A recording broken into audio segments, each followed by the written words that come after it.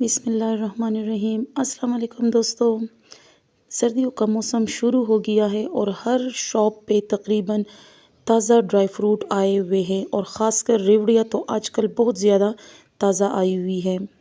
اس موسم میں جب گنے کی فصل پک کے تیار ہو جاتی ہے تو یہ ریوڑیوں کا خاص موسم ہوتا ہے۔ ہمارے گاؤں کی ریوڑیاں بہت ہی مشہور ہیں۔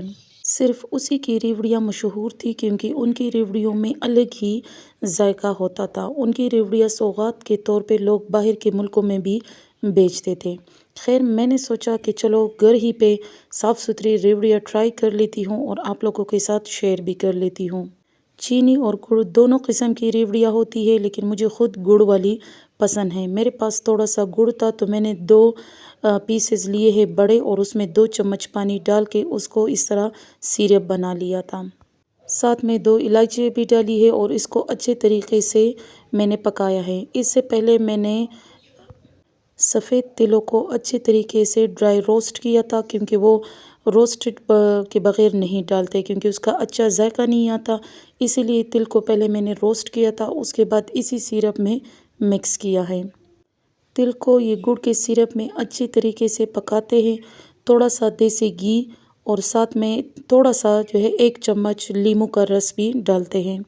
اگر چینی والی بنانی ہو تو پھر تو وہ ہلکا سا براؤن کر کے اس کو جلدی سے اتارنا ہوتا ہے، کیونکہ اس میں پھر ٹیسٹ وہ وہی والا نہیں رہتا۔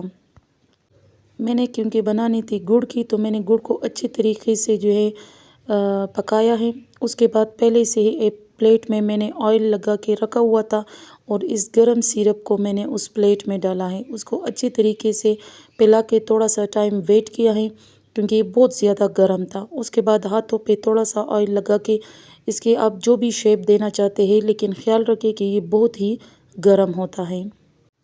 اس کو آپ لوگ جو بھی شیپ دے اسی طرح گرم گرم ہی آپ لوگوں نے دینا ہوگا، کیونکہ ایک دفعہ یہ ٹھنڈا ہو جائے تو بالکل سخت بن جاتے ہیں۔ اگر آپ لوگوں کو میری ریسیپی اچھی لگی ہو تو کمنٹ میں میرے ساتھ ضرور شیئر کر لیں، کیونکہ یہ آج کل اس کا موسم آ رہا ہے اور بہت ہی زبردست اور مزیدار ذائقہ ہوتا ہے اس کا۔